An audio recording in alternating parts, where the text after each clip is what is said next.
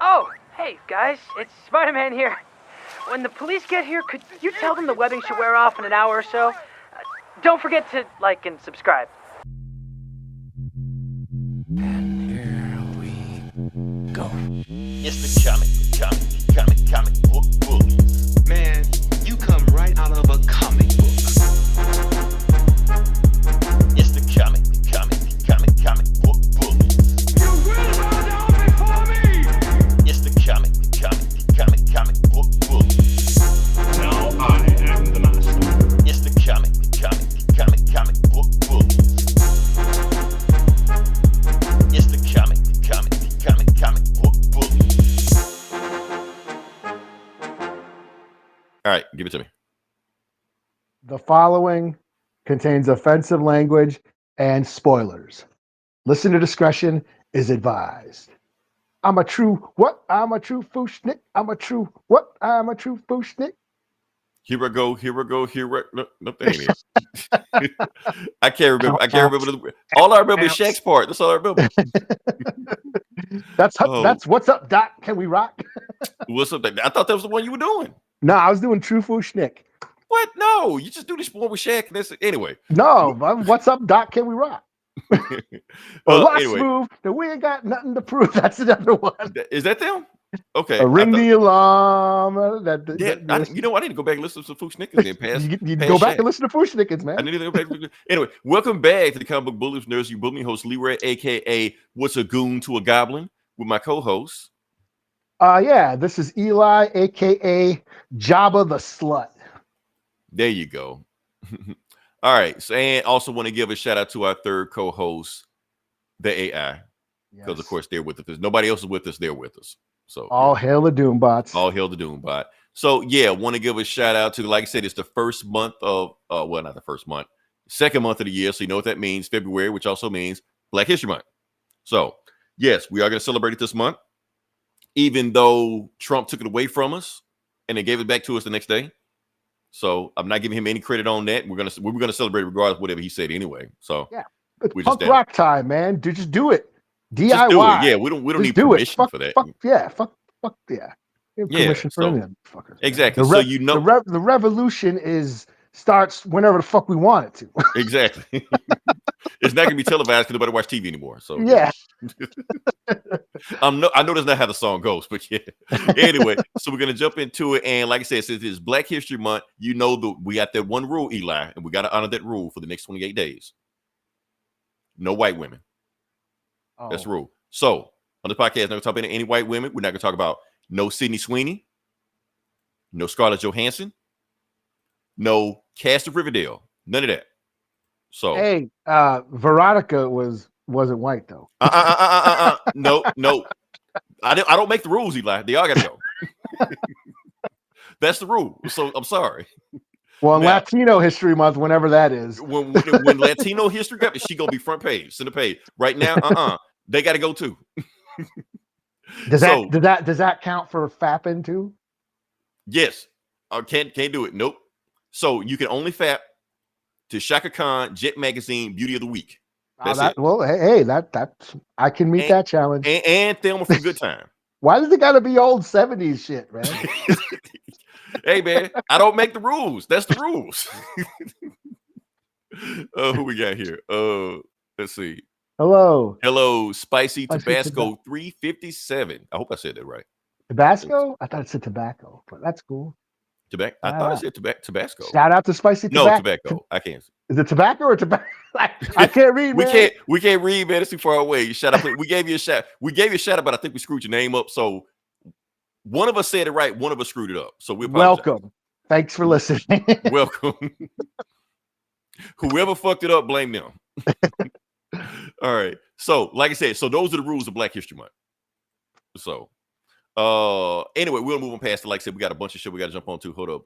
We're gonna say Spice Tabasco anyway, even if we did screw it up. We'll fix it in post. Yeah. No, we're gonna give you a shout out, man. If you comment, we will give you a shout out. So let's jump into it. The first thing we're gonna talk about is what's that show? Spider-Man. Oh, Your Friendly Neighborhood Spider-Man. We got to say the whole thing like a Tribe Called Quest. So Okay. yeah, so that's the whole thing of it. So yeah, we watched the TV show. It's only 2 episodes that dropped. They've been hyping this thing up for eons. It's like, I don't know, it's been heaping hype, and it's been a whole lot of thing in the news. Eli wanted me to talk about this show before it dropped. I didn't want to because I didn't have the energy to do that. Now I got the energy to do that. Now we can talk about it. But we're just gonna just briefly talk about what I thought about the show. Just gonna hit the high notes on it. Like I said, if you see the style of the art style on it, it's got that CG 3D CGI type feel to it, but they're trying to evoke the imagery of, old school John Romita Sr., not Junior, Senior. People listen to podcasts know how I feel about Junior. So no, we're talking about Senior. People like to say Steve Ditko, which Steve Ditko did have that also. However, this cover was drawn by Jack Kirby, not Steve Ditko. Jack Kirby's lawyers really want you to know that. So yeah. And another thing also, it wants to evoke the imagery of, like I said, that old 60s TV show, Spider-Man.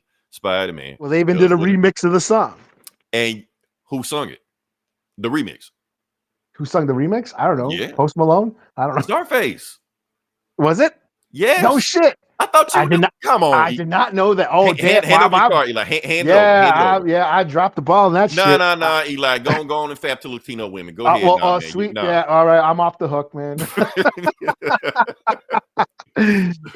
I'll do it for reparations and land back. Stole our land. We got your women.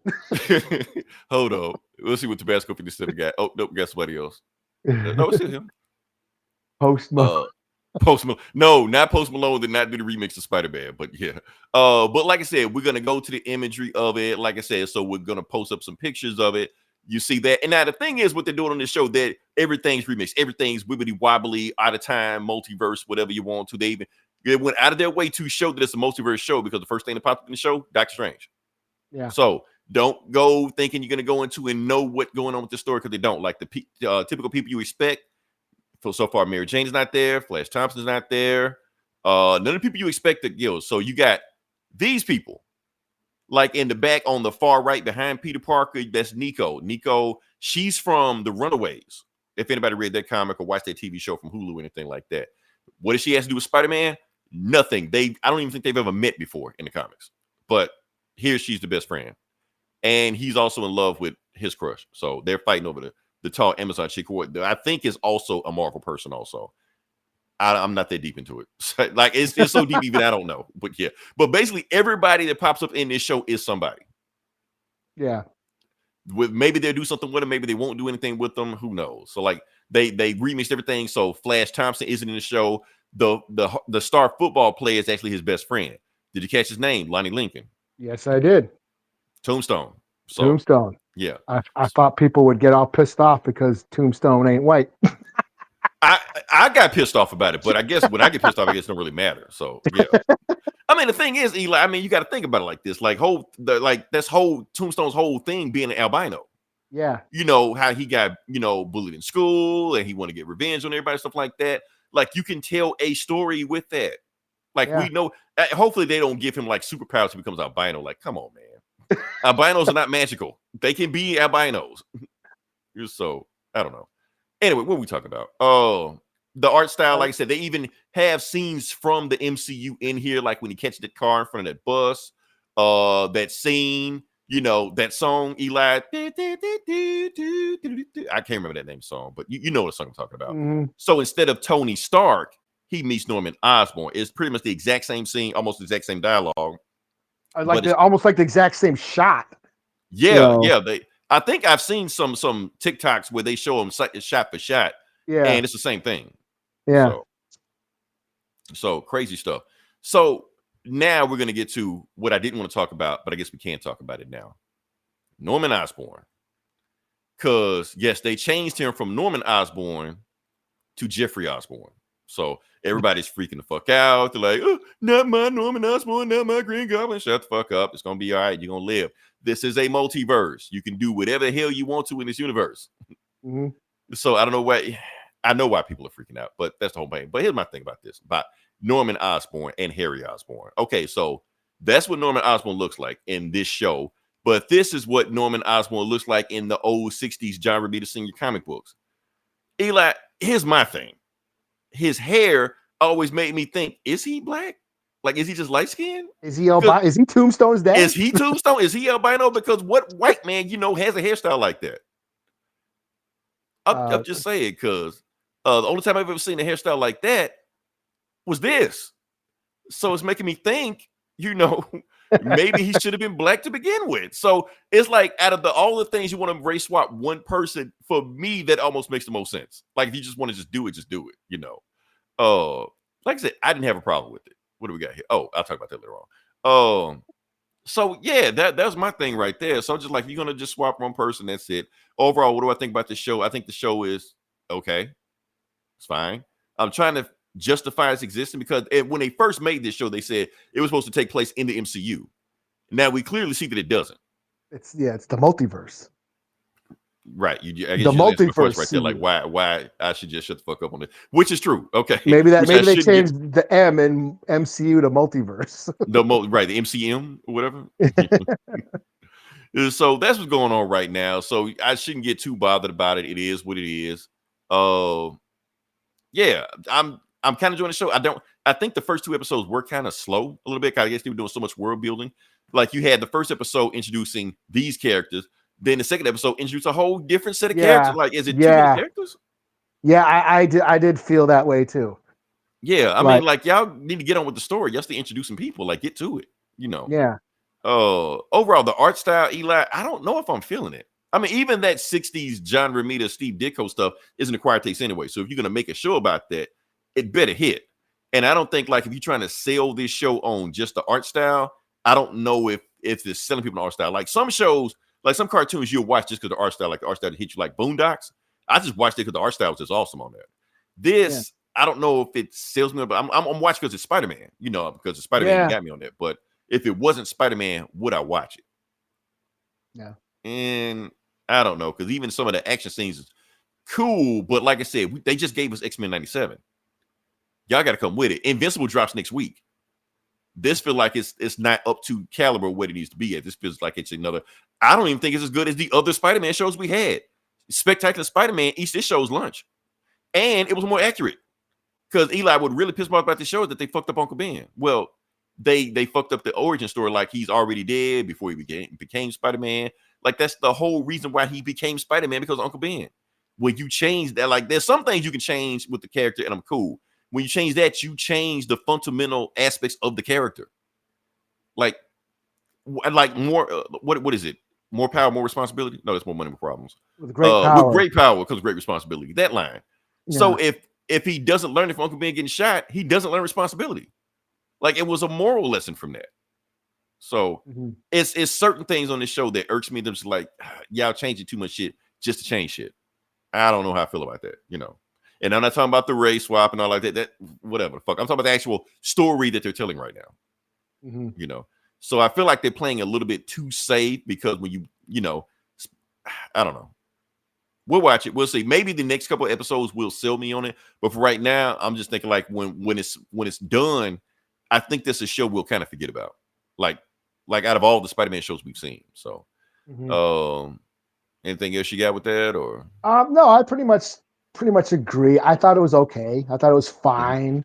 I wasn't. And if this was on network TV, I would have been fine with fine. Yeah. But you want me to pay a subscription for this? I had to renew my Disney Plus for this. If this is what it is, I could have just let it lapse. Yeah, I wasn't particularly wowed or blown away by it, but I didn't dislike. I mean, it's Spider-Man. I mean, how can you not like Spider-Man? So, right. I mean, yeah, I watched it, but no, I mean, I agree. I've been getting a little tired of the multiverse shit. Especially since we're reading Hickman's Ultimate Spider-Man book is awesome right now. Which is awesome, right? So, like, I'm already getting a multiverse version of Spider-Man right now that I'm really into, and here's another one.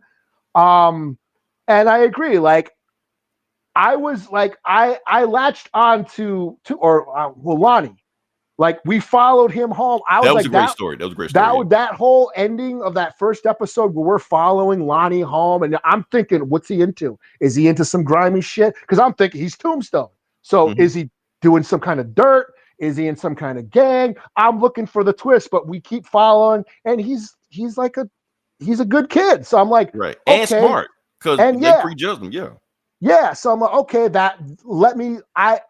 Lonnie was the most interesting part of that for the first episode. And then episode 2, he disappears. Right. Like everybody you saw in the first episode disappear. Even May doesn't show up. Yeah, and I was like, okay, what the hell? And then here's Amadeus Cho, and and here's what's her face? What's her name? Connie Connors or whatever. We have a black female lizard. They freaked the fuck out of that also. Oh, and you know what's fun? Another thing that people got pissed. Well, not people got pissed off, but the voice actor of this show went on record saying, "I'm so glad this show isn't woke." Like, why'd you say some dumb shit like that? 2, what is your definition of woke? Because what I hear in definition of woke, this is it. You got a black female lizard. You got a black tombstone. You got everybody, Black Harry Osborn. Yeah, and that's my thing. Here's how I feel about the whole woke race swapping shit. Mm-hmm. Spider-Man's still white, so everybody's bitching. Everything still revolves around him. So everybody's black except Spider-Man. So shut the fuck up.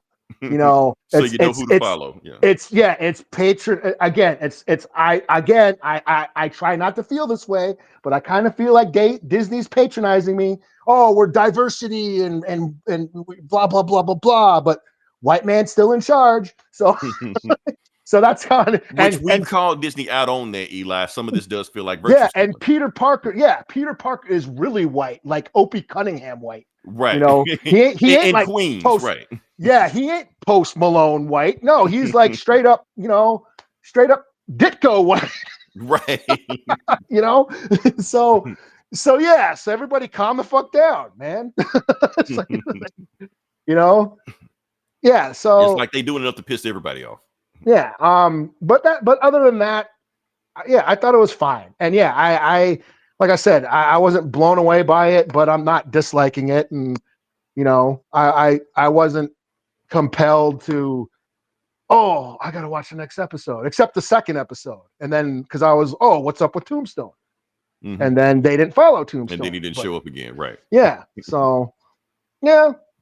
I don't know how I'm feeling about the outfit either, so I don't know. I know it's supposed to be a shit outfit because they want to, reminisce of the MCU. It's like Spider-Man Year One. They want you reminded of the MCU and the comic at the same time, which I don't know how that works. I mean, it looks like old 60s shit, but then you see people Twitch streaming.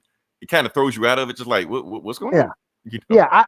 I mean, I would have much rather had a Miles show, but whatever. It's almost like they're giving you a Miles show. Yeah, without Miles. I mean, shit. That's the thing, because Peter didn't go to a smart school. Miles went to a smart school. Yeah. So, let's see. Yeah, I just thought it was all right. It was all right. Yeah, and that's the thing, Eli. Let's see. Spider-Man is a secret member of the clan. His name is Rufus. Okay, thanks for listening. Right. Let's see here. You ever watched the Run?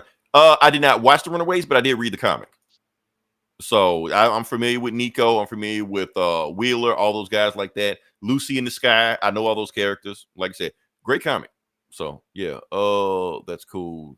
Spicy. It is Tabasco. I can see it now. All right. So yeah, that's my thing, right? But my thing is, Eli, like they can't give us they can't be okay if we're paying for this shit. Yeah. That's all I'm saying. Yeah. So anyway, maybe get better. We'll see. All right. What do we got next? Let's talk about this. I don't see it. Let's talk about your boy. He's your boy this week, Eli. Is he? Where is he? Yeah. Anthony Mackie. Picture of him. You're like, please don't say anything fucked up this week, Anthony Mackie. Okay. I had to find that pic. That's why I found that picture to say that shit. Anyway.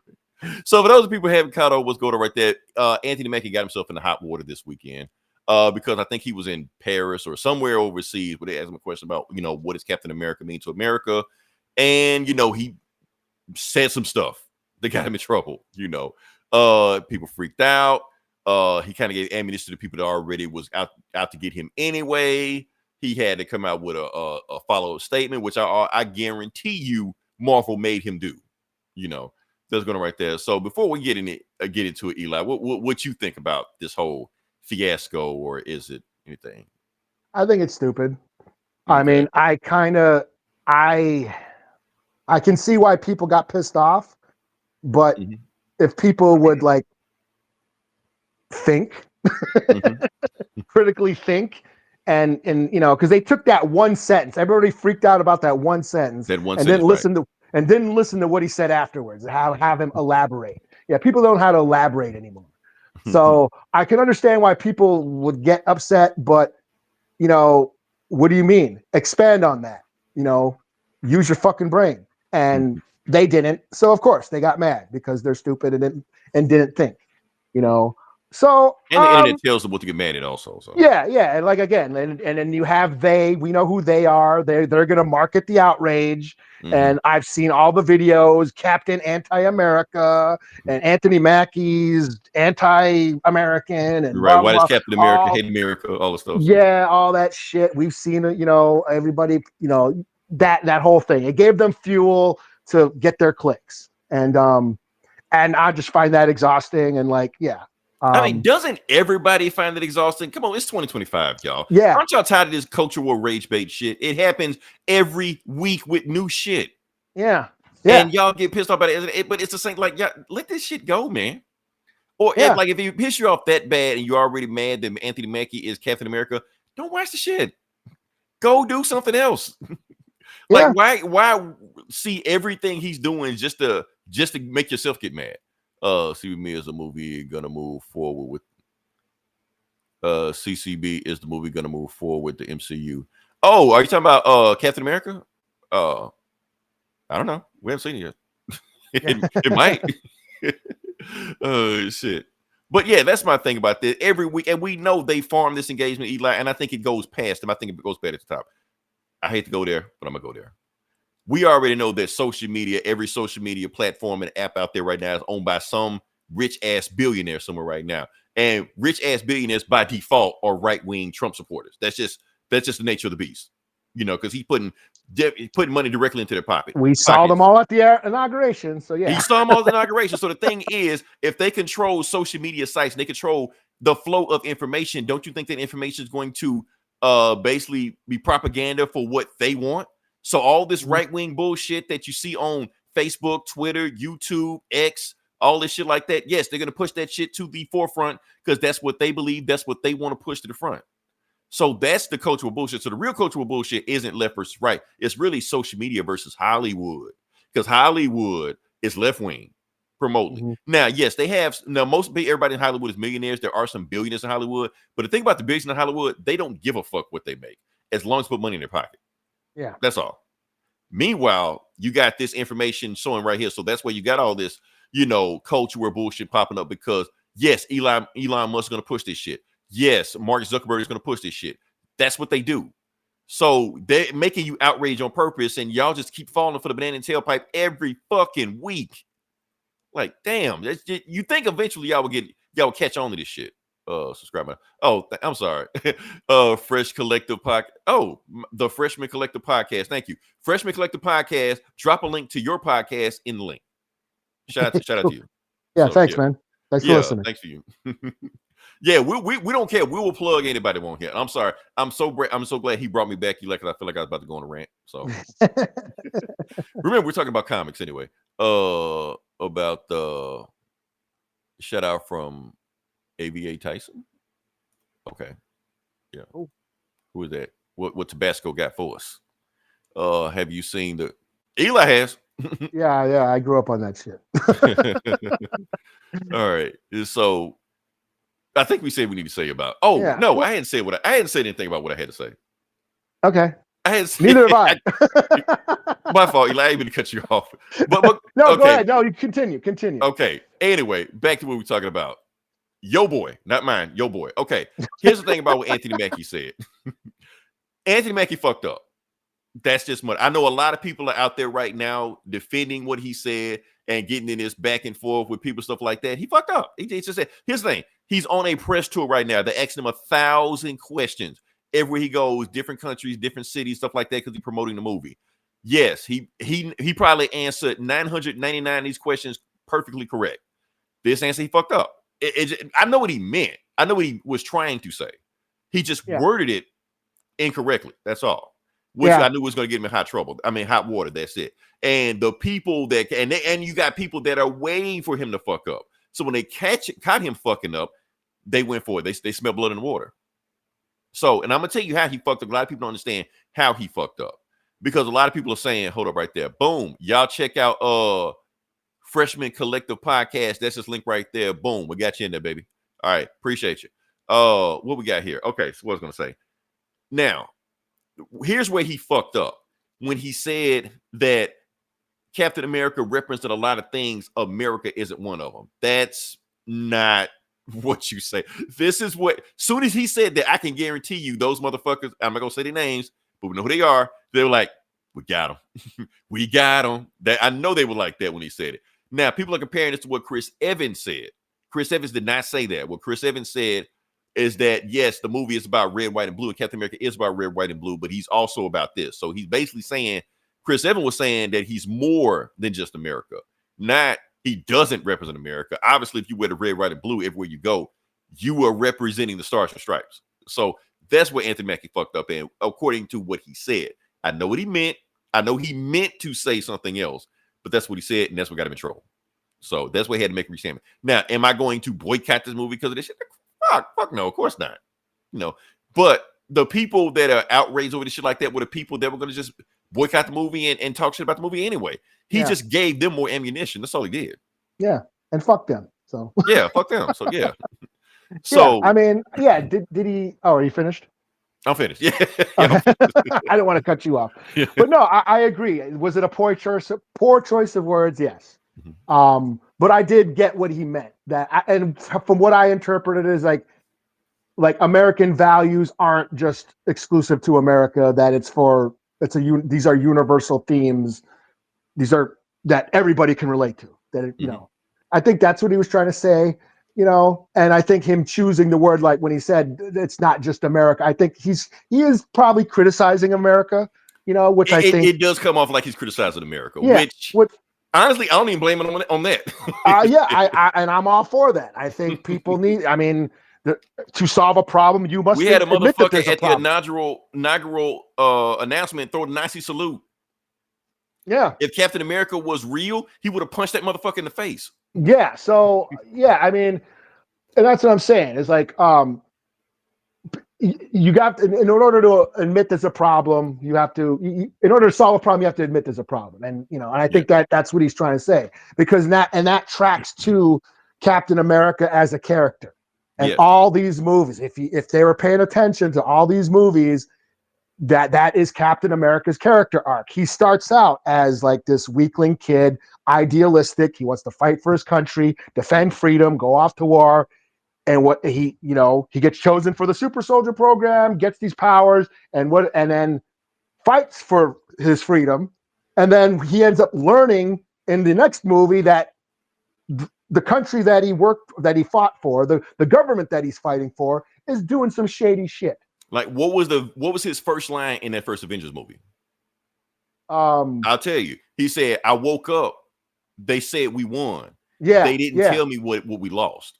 Yeah, that tells you everything about Captain America right there. Yeah, and yeah, so he his whole character. Then we get to Winter Soldier, and we find out that not only is the government been doing shady shit, they had a hand in turning his best friend into a assassin. And they made moves, like they recruited Nazis, which that's real life. They didn't make that shit up for the Project MCU. Paperclip. That's a real thing. Yes. There was also an X-Files episode, X-Files. Right. So we slowly throughout Cap's life, he's learning all the shady shit the American government has done. So then you get to Civil War and they're like, hey, the Avengers need to be regulated by the government. And Cap's like, the fuck you mean? You mean the government that does all this shady shit, they're going to have control? Like, nah, man, nah. And that leads to, the Civil War and to, the conflict, and breaks up the Avengers, and Captain America leaves America. He goes to fucking Wakanda. Throws the shield away. Yeah. He's takes like, the star this. off your sight. He becomes nomad. Yeah. Yeah. Goes to Wakanda. Yeah. He goes to Wakanda. He's like, fuck it. I'm out of here, because this isn't what I fought for. This is not what I signed up for, and it take, and like all, populated populaces, they don't unite unless there's an outside threat. Thanos. Right. Avengers get back together to fight Thanos. And what happens? Cap becomes worthy of fucking picking up Mjolnir. Right. So he becomes this forthright, righteous person that's worthy of picking up Mjolnir, you know. And what does he do? He chooses Sam to be the next Captain America. Right. So Sam, everybody bitching about Black Captain America and Sam's not Captain America. He was basically chosen by Captain America, Steve Rogers, who's by now has been touched by divinity because he's picked up Mjolnir. Mm-hmm. So essentially, Sam was chosen by a god to be Captain America. And people are acting like he just walked off the street and just gave him the shield. Like he's been with him every step of the way in these movies. Yeah. like, so, like if he's on his right, he's on his left. And what does Sam do? When Sam gets the shield, he's like, I don't really want to do this. Right. And that tracks back to the first Captain America movie when that doctor said, oh, a person with strength doesn't respect power, but a weak person will have respect for that power. Right. So, and Sam was like, I don't think I'm worthy to be captain. He questions it. He doesn't want to be it. So again, chosen by Cap to be the new Captain America, you know. So it all tracks, you know.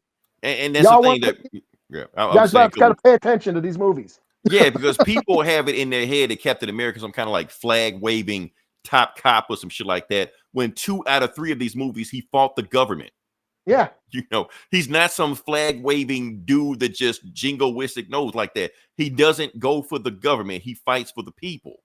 That's what he's doing. Matter of fact, he didn't even really fight for the people. The people on some bullshit, he'll go against them too. He's about the American dream, where we should be. That's what Captain America is about. Yeah, he's more about the values. He's not. He doesn't wave the flag like it's a baby rattle. He's more about like, let's criticize it and really make it what we want it to be, what it's meant to be. Right. And throughout these movies, we see him. This is fucked up. You know, Shield is making weapons of mass destruction. Like, you know, and he's not. He didn't just go along with the plan. No, he's like, no, all this shit got to go. Yeah. Even if I got to be a fugitive, I don't care. You know. So yeah, I mean, that's his character arc. He's always been critical of America and the things that they've done. Okay, bring back Agents of S.H.I.E.L.D. That ain't happening. We talked about before. So yeah, that's my thing. So people just need to actually pick up a comic. Yeah, and he does it in the comics too. This isn't just the movies. This is his character in the comics. Yeah, he will fight the American government at the drop of a hat if he don't agree with the shit they say. Yeah, I don't fight for anything. This dream, right? You know, I'm not. Yeah, I don't fight for any government. I fight for the values. You know, and if we back to Civil War, the comic book Civil War. You know, Tony and Cap again. You know, those two sides warring against each other. Cap was the one who surrendered when the people attacked. Right, when the people started getting attacked, he was like, "We lost. We matter of fact, we got to the point that we don't even know what we fighting over anymore."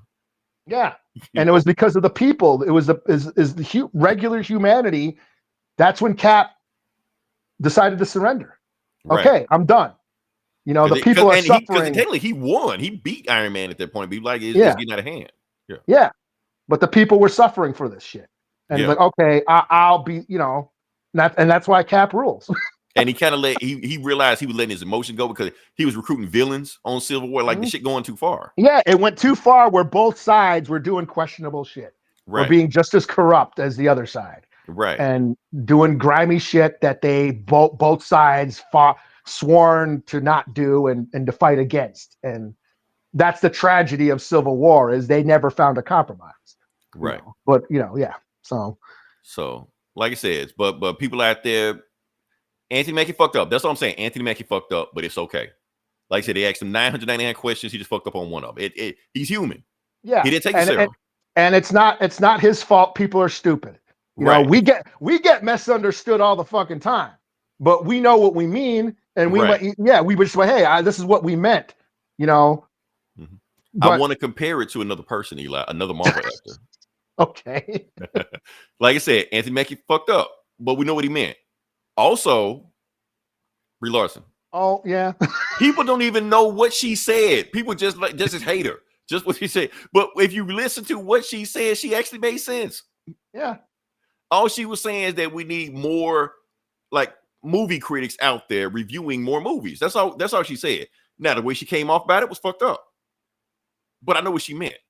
Yeah. You know, she's saying like because every movie don't need to be reviewed by the same movie. Every movie isn't made for everybody. And anybody that thinks that's the reason why they don't understand why Tyler Perry is a billionaire. Yeah. Because every movie isn't made for everybody. Or why they keep making Fast and Furious. Why they keep making Fast and Furious movies. And people like, so you got to have different, you can't have the same type of critic review every single movie. It's not going to work like that. Oh, speaking of Fast, not to get off subject, but I just watched, I rewatched Fast and the Furious. It's the only one I do watch, the first one. Okay. Because I find it funny as hell. I find it a great comedy. David Ayer co-wrote that script. I had no idea. They should have adapted that take instead of Endgame because after the movie sent MCU downhill.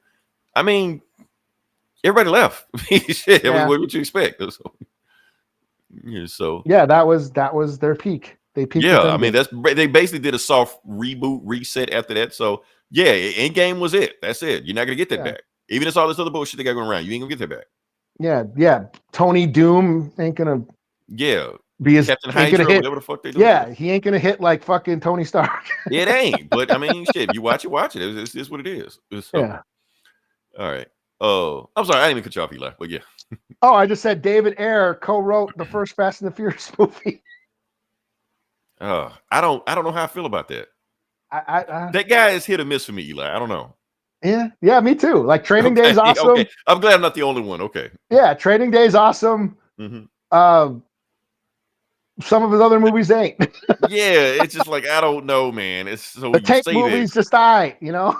Yeah, well, didn't one of the Coen Wait brothers? a second, he didn't even fucking direct Training Day. That was Anton Fuqua. That's what I'm saying. Like, but he takes all the credit for it like it's his movie. It ain't your damn movie. He co-wrote it. Right.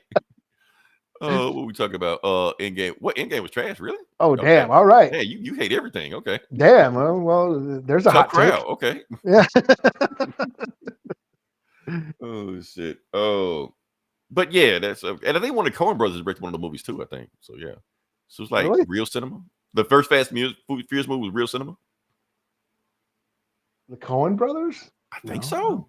Rob Cohen, not he's not a Coen. He's not Ethan and Rob Cohen. It's another Cohen. The whole time I was thinking, like, damn, when the Coen brothers wrote this, okay. I mean, like, made this, okay. You just blew my mind the whole time, Eli. I just find it hilarious. I watch that all over and over, and it just represents a specific time in history. Mm-hmm. You know, when new metal, like the early 2000s, new metal and rap was like, it was a real bad time. Yeah, it was like you couldn't really tell the difference between them. So yeah, yeah. Limp Bizkit and this macho bullshit. I try so hard to watch your back. That's all right. Hilarious. Oh, Eli, we got some more show. Yeah, okay. we got some more show. I think we had a transition somewhere, but we're gonna keep it going. Yeah, we're gonna keep it going. Okay. Okay. So we just talked about that bullshit. Let's talk about some more bullshit. Because this, and I guess I'm gonna take over this one because I guess Eli don't give a shit about this one, but I'm gonna talk about it anyway. Sandman season 2 just got canceled. Why? Because it's not airing, or it's just I'm sorry. It is airing, but it's being canceled after the season 2. Okay. So yeah. And people are thinking it's pretty much because of Neil Gaiman, because apparently he's been canceled. So yeah. Yeah. Mm-hmm. Yeah. What did he do? I don't know. I didn't look it up. I guess some kind of sex monster or some shit. I don't know. Yeah, all I know is that all your favorite creators are sex monsters. That's all I know. Once you get money, man, you get to go to that island where they have the Eyes Wide sex party, man. Yeah. Oh, have you seen Blink Twice? No. Okay. I don't know if you should or not, but it's got some weird shit in it. Anyway, have you seen it? Did you see it? I heard about it. Oh, I okay. did see it. One of these days we're gonna talk about it. We're not gonna talk about it right now. It's gonna be too much to talk about right now. I'm talking about it in March. That's what we're gonna do. Specifically. Anyway, like I said, weird sex monster pervert. I don't know what he did. He just did some wild shit. He got canceled. Matter of fact, he got canceled hard. I had to drop his books on this podcast. I was reviewing his books on the podcast when all that shit came out. Like, I can't touch it. Like, I can't. Yeah, you were. Yeah. So, and I was enjoying it, but I don't even want to get involved in all this shit. So I was just like, nah, I'm just keep my distance away Not from me though. I hated Neil Gaiman before it was cool. you. Exactly. You are a trendsetter on this show, Eli. You are a trendsetter. And so, good thing was I was enjoying the hell out of this show. I want to say, okay, what are they gonna give us on there? And then, nope, that's it. So the final season. So now I already know the show was too expensive for Netflix to make. It doesn't draw in, Squid Game numbers, so there's no reason to keep Sandman 2. So it could have been this is gonna be last season regardless anyway. But it's just weird that normally when this happened, Neil Gaiman is one hyping this shit up. Haven't seen him. Not on Twitter, not on anything. Some other guy hyping this up. So, damn. We can't have nothing, Eli. Damn. Okay. All right. Moving on past it, move to the video game section. We're gonna try to fly through this as fast as possible. Real quick, so I'm gonna throw it out there. Forza Horizon 5, which is an Xbox exclusive game, is coming to PS5 this year. Okay. So Rock Xbox on. exclusive getting away. And what they're saying is that this may be the first of many. I've been hearing rumors that they may be starting the floodgates. We may get Halo on PlayStation. We may get Gears of War on PlayStation. It may be coming because Xbox basically just like, we don't care anymore. Because PlayStation's kicking the ass so bad, we're just going to just do Game Pass. So basically you can put Game Pass on anything now and you make an Xbox. So they may be getting out of console business. We don't know. Like I said, they made a PS5 Pro. We don't say Xbox Pro or upgrade model. They just said, fuck it. No, that's it. Anyway, moving on past that. More video game news. I think it's gonna be on me also, Eli. But what we got here? Here. Okay.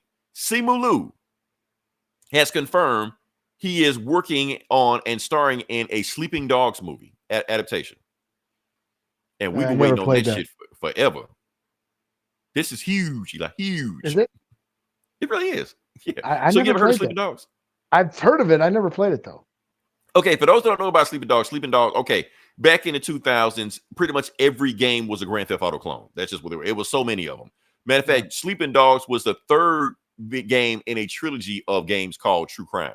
You had True Crime LA. Oh, I played those, yeah. I know you did. Snoop is in one of these. Snoop Dogg's in one of these. He's is canceled also, but yeah, so we can't talk about him. He's either in LA or New York. I think he's in LA, even though. So you got True Crime LA, True Crime New York. So Sleep Dog was originally called True Crime Hong Kong, but they decided to just name it Sleeping Dogs for some reason. I don't know why. Okay. Why they did that, I don't know, but they just did. So they've been working on it. So, and the thing is, so Sleeping Dogs is basically a Grand Theft Auto, like the video game. It's a Grand Theft Auto clone with better fighting combat. With so better, it's like with better shooting tech. Yeah, so it's like a fighting game in Grand Theft Auto. So it's like the best one out there. It's staying the test of time. You can fight and then steal cars. Yeah, so yeah, it's like an awesome game. So yeah, I think it was on PS2. That's how old this shit was. Yeah. But it was an awesome game. Played it. So the thing is, Eli, they've been trying to greenlight this movie for years, over a decade now. Donnie Yen was attached to this at one point. Okay. He was trying to get the game off the ground. Get the movie off the ground, but never got a chance to get it off the ground. So they went on about that. And I've been reporting about this at the beginning of the week when Simu Liu was announcing, was saying that he's talking to, the license holder, see if he get off the ground. And then like yesterday, he said, yeah, we got off the ground. We're working on it right now. I'm like, damn. And he said he's bringing in Donnie Yen and the original voice actor of Sleeping Dogs also. Wasn't that Russell Wong or whatever? Not Russell Wong. It's another guy. You've seen him. He's like got a name, but yeah. But he's going to bring when he makes the live action adaptation, even though Simu Liu, Shang-Chi, for those who don't know, he's going to be playing the main guy, but he's going to make sure Donnie Yen and the other guy are going to be in the movie somewhere doing something. Because Donnie Yen was supposed to originally play this. He'd been working on so long. And he wants to get a sequel of the game made also. Oh, okay. Yeah, so this is going to be Simu Liu's thing, because the thing is, for those who don't know, like I said, he was in Shang-Chi. He is persona non grata to the Chinese market. They hate his ass. I'm not going to get into it why. That's why you don't see a Shang-Chi 2 right now, but it's some shit going on behind it. I'm not going to get into it, but yeah. So hopefully he can get Sleeping Dogs off the ground, because honestly, I think that'd be great for him, because I want to see that guy succeed. I've been a fan of him since Kim Convenience. Yeah, here you keep talking about that show. And it's not even a kung fu show. It's like a Canadian Korean store sitcom.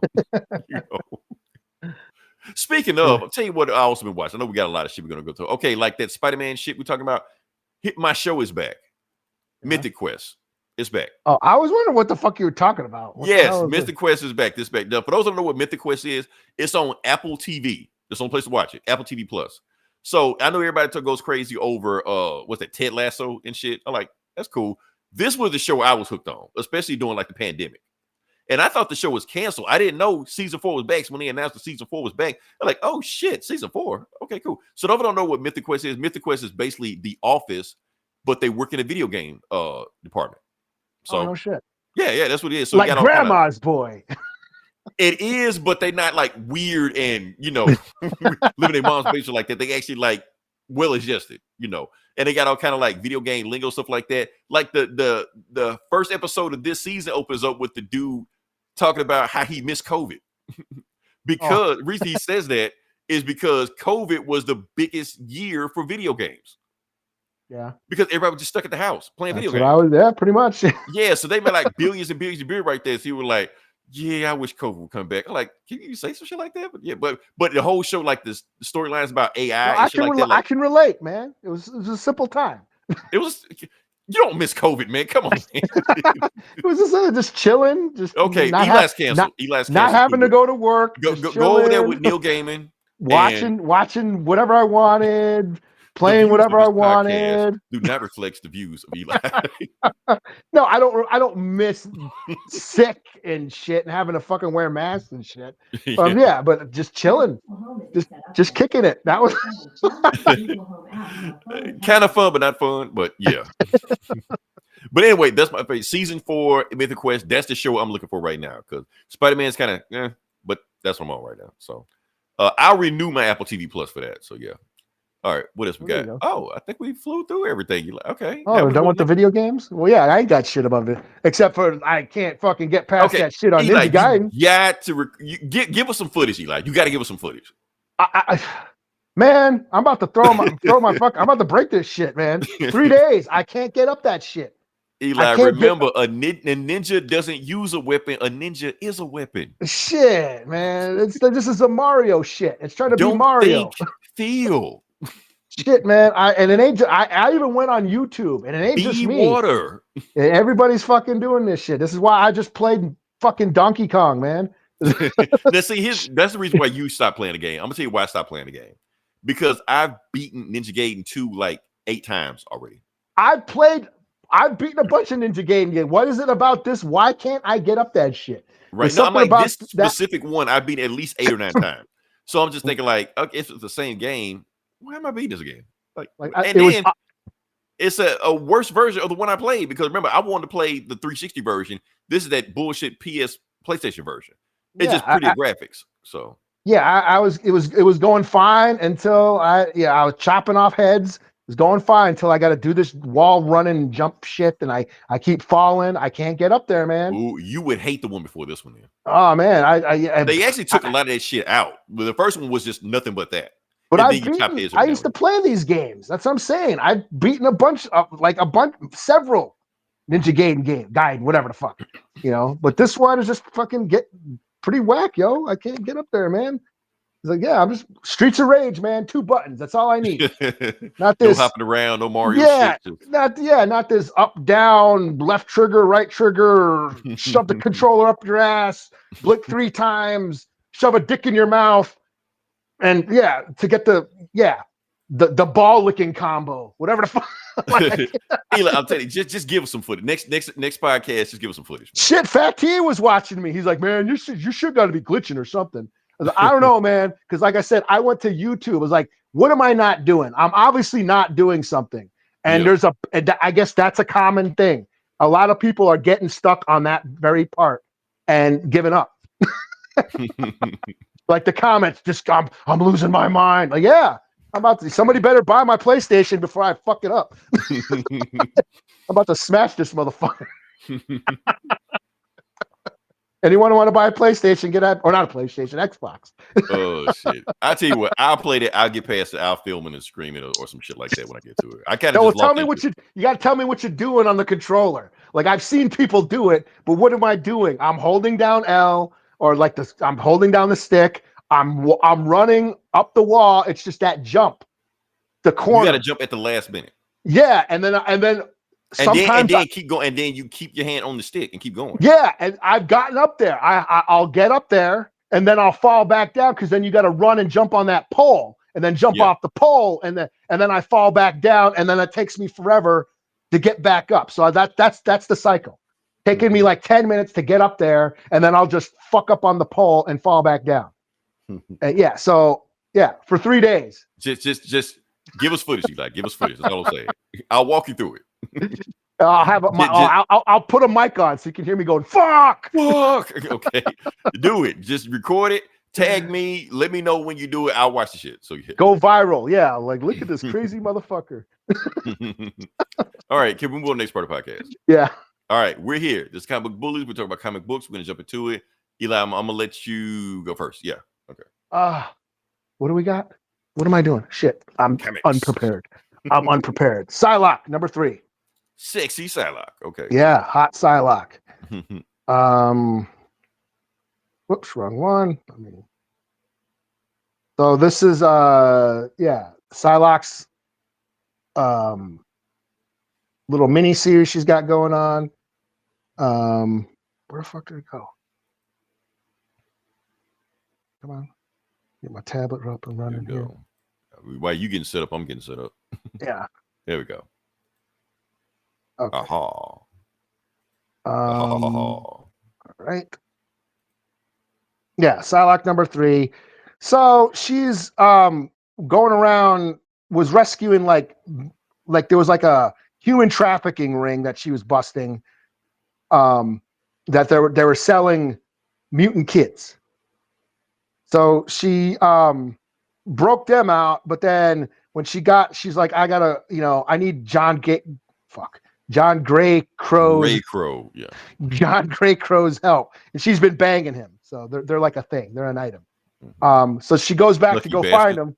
Yeah, and they find his arm. She finds his arm hanging up on the door, and he's gone. And there's like she can see that there's a big fight, and then she gets attacked by like this mutant bear robot thing, and it's a big ass action scene. And she's like, okay, I gotta go. John's not here. Obviously, he got attacked and ambushed by these weird mutant robot monsters. So I'm gonna go find him. And she finds him in his secret hideout that only she knows about. And he's building another arm already. Because that's what he does. He's like a techno. What's his power? I guess his power is techno. He can like build guns. Yeah, he can like build. Yeah, he builds machines out of anything. So he builds himself like a robot gun arm with like a Gatling gun and shit. And then they get attacked by some more of those mutant monster robot things.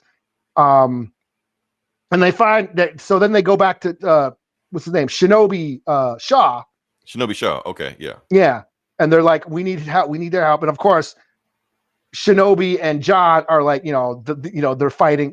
They have, they both banged Psylocke, so they're both, they get into like, the dick measuring contest, and she's, you guys stop fighting over me. Tee Right. You guys are being and she like bends over in front of him. And yeah, shit. you guys are being immature. Stop fighting, you men. Stop fighting over my sexy ass. And basically, there's these butterflies, and they got some sort of DNA on them, and she traces them back to this like hideout, this like, what was it? I can't remember this guy's name. I'm trying to find it. But anyways, he's using like mutant DNA and animal DNA and like robotics to make these weird mutant robot things. And I'm trying to see if he has a name. But they end up finding him. They go to his mansion. He's like chilling there. He's in a wheelchair, and he's got like wolves and sheep, and they're all like fucked up looking and got like some kind of like mutated virus or whatever. So I can't find his name. Yeah. I don't think they mention his name. Maybe saving it for, Yeah. The Hanovers have a mansion. Hanover, whoever that is. Hanover. Yeah. That's where they track him to. So, anyways, yeah, pretty cool. It's Psylocke kicking ass. We got John Greycrow, so he's in it. He's doing shit. He's not, I mean, he's a sidekick, but still, he's doing shit. He's not just sideline. So I get to see a native character whipping some ass, and yeah, it's a pretty cool story, So yeah, I'll give it a 4 out of 5. I'm on number 3. I think it's out of 5. So there's like maybe 2 more left. So okay, yeah, hang in there. Let's see. Boop. Okay, hold on. Let's see what we got here.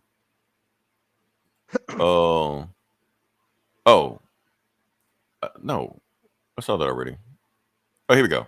Okay. What do we got here? Scrolling through. Hope you folks are having a wonderful night. You too got the voice for radio. Oh, I thought you were going to say face for radio, but okay. Thank you, Mother27. Yeah, thanks for listening. Mother is mothering. Okay. All right. Oh, on me? Damn, that was quick. Okay. Shit, what am I doing? Since you did an X-Men book, guess I do an X-Men book. We're going to do X-Men. I fell off on this book hard. Have no clue what's going on in this book. But I picked up anyway because it's kind of... Uncanny? No. Just regular. I think. Is it the one where they're in Alaska or whatever? Yeah. The one in Alaska is just X-Men. Yeah. Okay. Uncanny is some other shit. They're in Louisiana, I think. Yeah. And then another one, I think they're just in New York. They're everywhere. I don't know what the hell they are. They're everywhere. That's all I know. So I just like the cover because I'm going to just show this cover real quick. Bloop. It's Cyclops like doing a 360 no scoping everybody for no reason. I don't know. So I thought it was pretty cool. Anyway, let's get to it. See what's going on in this book. And this got something to do with that assault on Grey Malkin or some shit. It was something they did right now. Anyway, the government is attacking their Alaskan base right now. So they're in there, and then so you got Magneto. So Magneto is in a wheelchair right now, or some kind of flying chair right now. The reason because when they brought him back to life, whatever kind of thing, it basically he's got some kind of regenerative disease or some shit like this. So he's dying. So he's like, I want y'all to get out of here. I'm gonna attack the government by myself, and I'm gonna just take everybody out and take them with me and shit like that. So they're like, no, you can't move, Magneto, you'll die. And the fuck? Anyway, let's see. So before they like, I'm not gonna leave, I'm gonna stay with you. You can't do that shit. And while they arguing, that's when boom, the X-Men show up. So they show in there. Cyclops said, no, nobody's dying today. Man, you don't have my permission to die. And then y'all, and I want them, and he gets on the radio and he tells them the head guy of that government attack squad that's coming for him, send him in by himself. I'm gonna have a conversation with him. Matter of fact, I'll even buy him a beer. You're like, what? So he go, and so the guy, and this guy's been in the book back and forth. I think his name is Lundquist, and he's had him and Cyclops have been having like conversations back and forth, shit like that. And basically saying like, look, so you ready to surrender? Because apparently what they did, they attacked the government facility. Now the government facility they attacked was the old X Mansion, which is owned by the government now, because they were trying to get, I guess, Professor X or somebody out. I don't know. I haven't keeping with the book. Point is, they're here. He wants to arrest them, and he's saying, give me a good reason why I shouldn't arrest you right now. He's like, oh, you want a good reason? Okay, I'll tell you. And then while he's doing all that bullshit, the Hellions are going around blowing up government sites and shit, but they're making sure they're not killing anybody. They're just blowing up sites and shit. And he's telling you, okay, I'm going to give you a reason why you shouldn't arrest me right now. Because go ahead and pick up the phone because one of your government sites just went down. You're like, what? He was like, yeah. And then he read, so every minute you stay here right now, another one of your government facilities going down. He's like, the X-Men can't do this shit. The X-Men are supposed to be good guys. Like, what are you talking about? All the X-Men are here. So you can't say we're not doing this shit because he sent the Hellions to blow that shit up, And then he goes back and tell him, he was like, look, and that's what's going on right now. So what we're doing is the same thing you told me in like issue 4. This is mutual assured destruction. You come after me, I come after you. And then he even puts a bullet in his head right now. He pulls a gun out. They fighting Sentinels and shit. Don't care. All right. So Lundquist puts a gun to Cyclops' head. Where is it? Yeah. And he's just like, okay, do it. Shoot me. You're like, if you think you're big and bad enough, I don't give a fuck about the aliens. Anyway. Yeah. So he pulls a gun on him. He's like, go ahead, shoot me. Shoot me right now. I'm not even gonna stop you if you shoot me, but I will let you know right now. If you shoot me right now, if you take me out, a department of the American government is going to collapse that same day. You shoot me in the head, somehow Juggernaut is going to drop from orbit on top of the White House. You're like, you can't do that. Y'all are good guys. No, we're not. We do what the fuck we want to do. So, matter of fact, if you kill, like, if you do that, not only gonna take out the White House, then we take out the. And so, even if y'all, he was like, okay, so Lundquist says, okay, so let's say you take out the White House. Don't you think that the rest of the government is gonna come after mutants, like every mutant? You're like, y'all can try, but how you gonna do that if y'all ain't got the government? First thing y'all gonna do is fall in the Civil War. Y'all gonna be busy fighting each other to fight us. So, matter of fact, I'll even give you another reason why you shouldn't shoot me. Let's say you shoot me right now. My wife is gonna know about it. You know, the Phoenix. She'll come back from space and she'll scorch this whole planet. And nobody will be able to stop her. You're like, you bluffing. Am I? Like, I won't be able to stop her because I won't be here. Because you've already shot me. You're like, you motherfucker. Like, you won't hear the last of this, and he leaves. And that's it. And then the other mutants, like the X-Men, hear what the fuck you said. Like, whoa. I didn't sign up for this shit. You said the Phoenix gonna come back and torch the earth if you die? Like, what are we supposed to do if you get shot by accident? You're like, well, do what you always do. The X-Men will stop her. How? Like, I don't, y'all figure it out. So, yeah. So, what's else going on with this book? And yeah, that's it. So, yeah. So, the X-Men are villains. So, yeah, they're the Brotherhood. All right. Yeah. That whole Cyclops was like right wing mean. All that shit tracks. Cyclops is a fucking, I don't know what the fuck he is, man. Yeah. Hold on. Let me see. We got some more. I know we got some more. That's another one popped up. Hold on. What we got here? Anime. Ninja Scroll. Whatever came out before Ninja Scroll. So yeah, we're not the anime bullies. We don't do that. I know nobody gives a fuck about the shit we talk about except anime, but yeah. Dragon Ball. There you go. Boom. Dragon Ball Z. Okay. So I'm gonna throw it back to you, Eli. Whatever you're gonna give me. I don't know what you're gonna give me, but yeah. Well, I will do Sabretooth. The Dead Don't Talk, number 2. Fangs of New York. Is it basically? That's yes. what they should have called it. That's too good. Why did they not call it that? Is this my book of the week? Is this my book of the week? This might be my book of the week. Okay. Uh-oh. So this is Sabretooth. This is it takes place in the 1800s or early 1900s. Yeah, it's basically gangs in New York with mutants, or Marvel characters. Victor Creed started out, he was working at Ravencroft, working for Sinister, who was doing experiments on the patients. And Victor Creed ends up meeting an old ancestor of Wilson Fisk. And he's in Ravencroft. Hey, if you break me out, you can work for me. Like, I got a gang. I'm in a gang. You know, you can join my gang, and I'll make you if you help me get out. So he does. He breaks them out, kills all the staff, and rips all their heads off, and breaks out Fiskov or whatever. But he goes by Fisk now. And he says, "Yeah, we're gonna take over my territory because Brick Barton, another gangster." Was he in the book before, or? Yeah, Brick Barton. He's a guy who wrestles bears. He wrestles bears. Is like, yeah, Brick Barton's trying to take over my territory. So if you help me get out of here, you can work for me. Blah blah blah blah blah. So yeah, he breaks Fisk out of Ravencroft, goes and finds Brick Barton, and Brick Barton's like a pit fighter fighting bears. And he see, oh, Fisk, you're out. Oh, who's this guy? You know, this is Mad Dog Murphy. That's what Fisk calls Sabretooth, Mad Dog Murphy. Mad Dog Murphy. Oh, okay. Well, Mad Dog. Well, you saw what I just did to bears. What do you think I'm going to do to a dog? And Sabretooth says, okay, and rips his head off right there. Whoa. Okay. That was the end of issue 1. Okay. Now we're on issue 2, and we're at the 5 Points in New York, in Manhattan. This is 5 boroughs. Okay. Yeah, the streets that basically that territory in Manhattan that was in gangs in New York. And they mentioned how, like, yeah, it was ruled like all the immigrants were coming in. It was that place was like is for all the poor, and that's why gangs started. Everyone lived in poverty, and the gangs took over, and they name all the dead rabbits and Bowery Boys and the Plug Uglies and all Great even movies, the but anybody hadn't seen it. So yeah, it's a Scorsese flick, and the book is way better, but I won't go. I digress. Even the Yancey Street Gang, but then other gangs started popping up.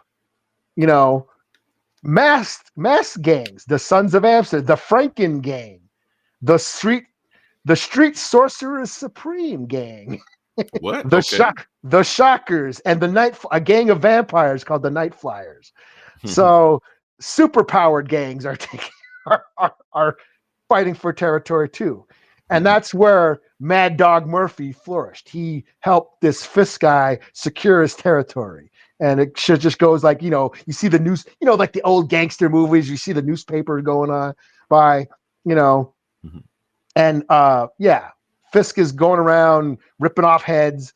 And then one night he's attacked by some kind of crocodile monster. I don't know if it's supposed to be the lizard or whatever. Kind of looks like the lizard, but kind of looks like Killer Croc too. And they fight, and tries to kill Fisk, but then Mad Dog or Sabretooth fights the big giant crocodile guy off, and the croc takes off. And like, what the hell is going on? It turns out that in Chinatown, all the gangsters are getting together and say, hey, Fisk and his Mad Dog Murphy gang, they got to be taken out. So we got to fucking do something about it. So they end up hiring some assassin. She kind of looks like Elektra, but her name is Dragonfire. Dragonfire. Okay.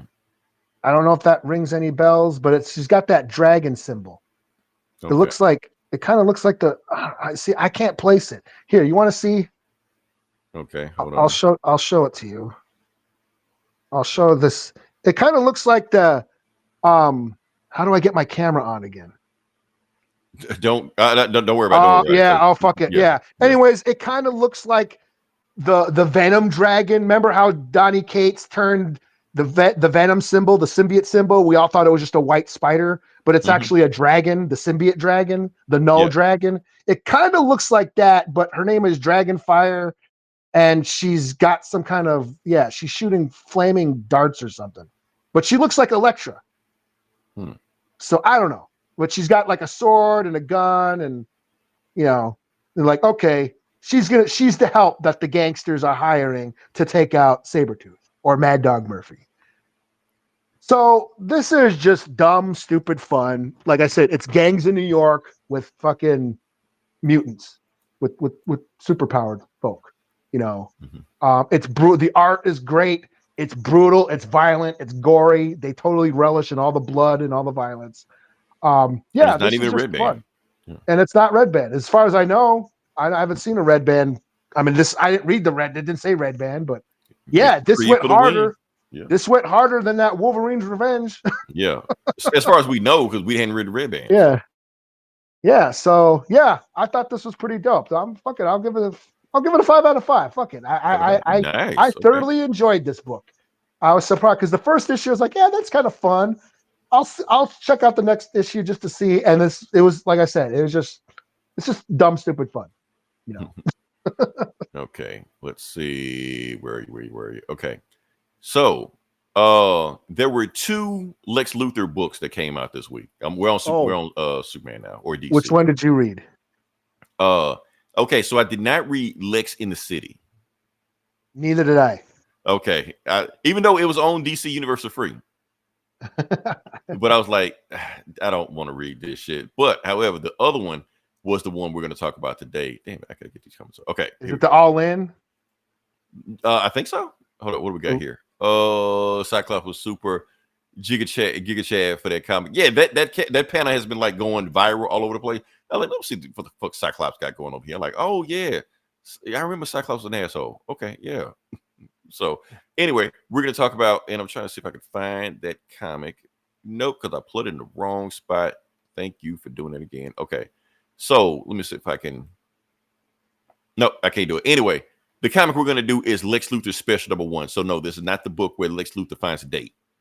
You know, this is about, okay, I'm gonna set up the thing about this. Remember when we review House of Brainiac? Yeah, and I Lex read Luthor- this. I did read this. Yeah. Oh, wait, you read this? I did. Yeah. Huh. Okay, well, I gotta explain it then. Okay. All right. So to catch it up for everybody else that haven't read the book, in the House of Brainiac storyline, Lex Luthor got his brain fried, and now he forgotten who he was, and now he's a nice guy, and that's it. But the thing is, He's a in this nice book, guy. yeah, he's a nice guy, Lex. You know, He is a nice guy. yeah. I mean, when you get to know him, so yeah. So that's the thing. So Lex Luthor, but Superman needs the real Lex Luthor to emerge. So enough of this, you know, kumbaya shit going on right now. Give me real asshole Lex, because that's the only way we're gonna solve this shit we got going on right now. So let's start the book. Boom. Okay. So book starts off with it's just his daughter Lena Luthor trying to see if he can remember anything from his old past, because he used to be a really good piano player. So he starts playing and he sounds like shit. So yeah, he like, I can't remember it. Like blah, blah, blah, you know, hitting wrong notes and shit like that. He was like, look, maybe Lex is just gone. I can't do it. So anyway, on the Watchtower, okay, so that whole dark side is Elseworld shit right now. They're trying to find a way to communicate with that dark side universe that nobody gets to. They don't know what the fuck's going on over there. They can't get there. They don't know what's going on. So they're thinking that Miss Terrific was like, I was working on something with Lex Luthor to find a way to communicate with other universes. But the thing is, since he's gone, I don't know how to do it. I'm not smart enough to figure this shit out on my own. He's like, Superman's like, oh, that's why you need me. You want me to bring back Lex Luthor, like the real Lex Luthor. You're like, yeah, that's the only way we're gonna figure this shit out. You're like, damn, okay, let me go talk to him. So you got Lex Luthor, and he's in Centennial Park, you know, the place that everybody goes to Metropolis to chill, and he's eating ice cream with his boo Mercy. So since he's good now, they're like really close to what they've. I mean, they've always been like a thing, but now they're like a thing. You know, they're eating ice cream in the park. Old Lex Luthor didn't do that shit, you know. And you know, he just like, yeah, this is fun. This is that. He like, I don't want to be that guy again. No, because everything he learns about the old Lex Luthor, the less he wants to know about that old Lex Luthor. He like, I don't want anything to do with that guy. And he keeps having flashback, and because he was a really good piano player, he was really good at everything because he was like a science geek. And his drunk ass dad came in, and he was like, you know, abusive.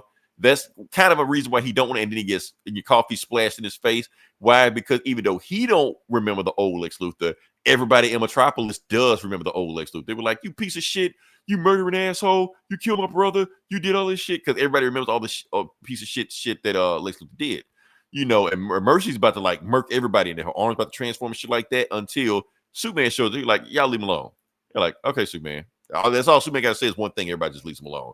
And he wants to have a conversation with Lex Luthor. So basically, he's been purposely avoiding Lex Luthor ever since that Brainiac shit. He was like, look, Lex, we got to talk.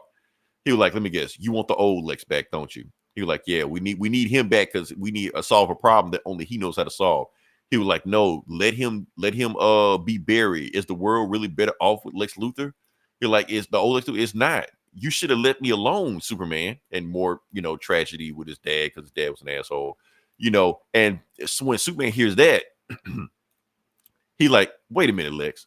Every other time you've been saying him, that time you said me. What's going on with you? So he kind of slipped up. He like, oh shit. Let me ask you a question, Superman. Do you really think the world is better with the old Lex Luthor? And Superman realized that he's pushing him too hard.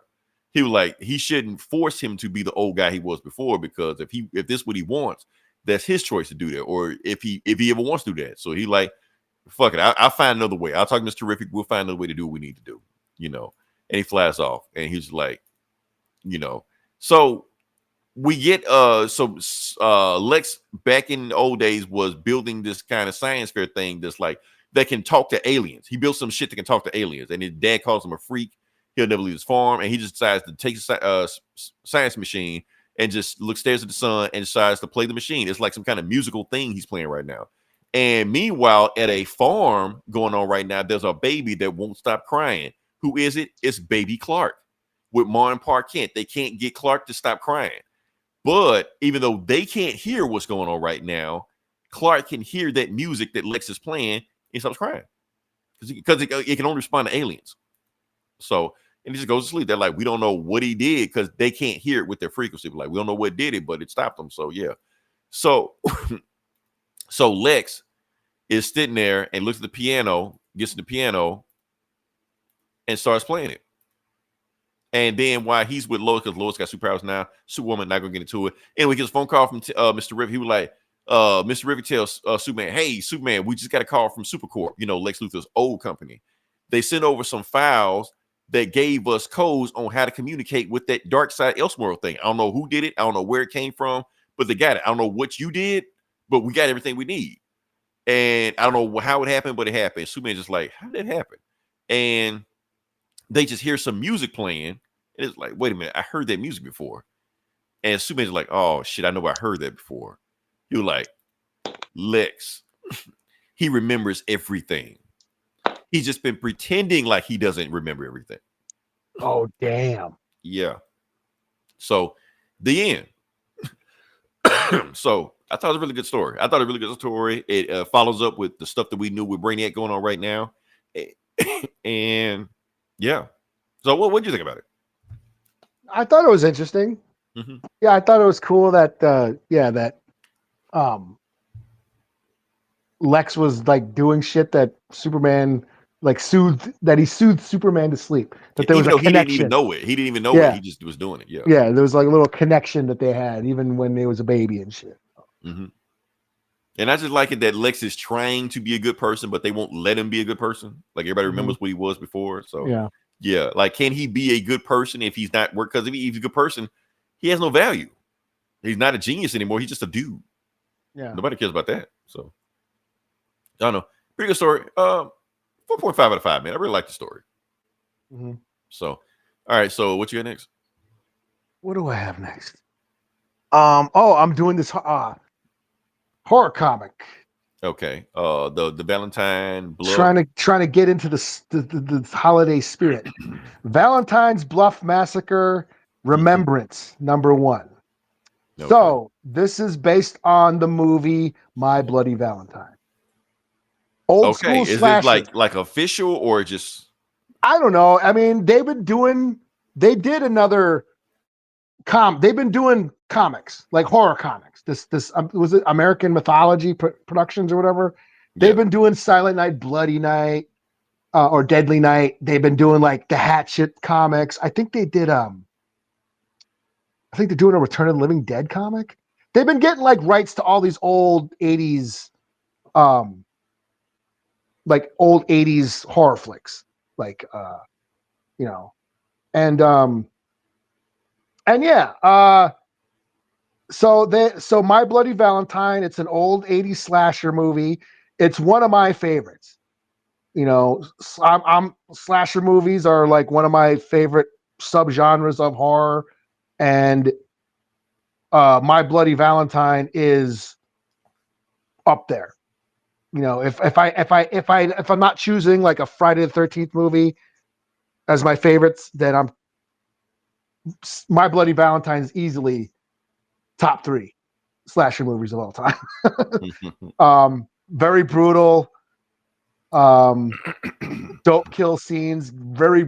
It just has that old low budget, cheap, it embodies that trashy 80s low budget slasher flick, tone, that movies like Terrifier try to like replicate. So, for those who don't know, My Bloody Valentine, it was again another Halloween ripoff. John Carpenter's Halloween kicked off the slasher movie trend, where movies about psycho killers escaping something, insane asylum, getting revenge for a past tragedy, and using knives and blades, to kill promiscuous teenagers.